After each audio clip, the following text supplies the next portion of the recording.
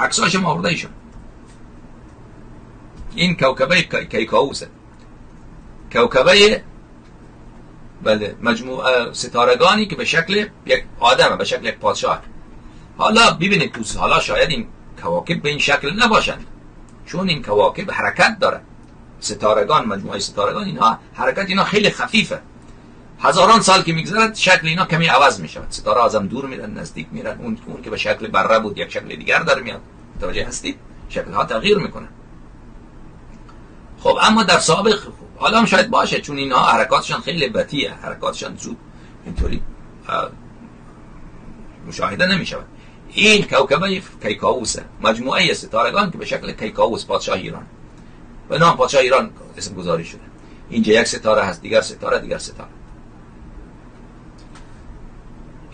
اینم دربارش اینجا توضیح داده، اسمای کواکب را، اسمای ستارگانی که در اونجا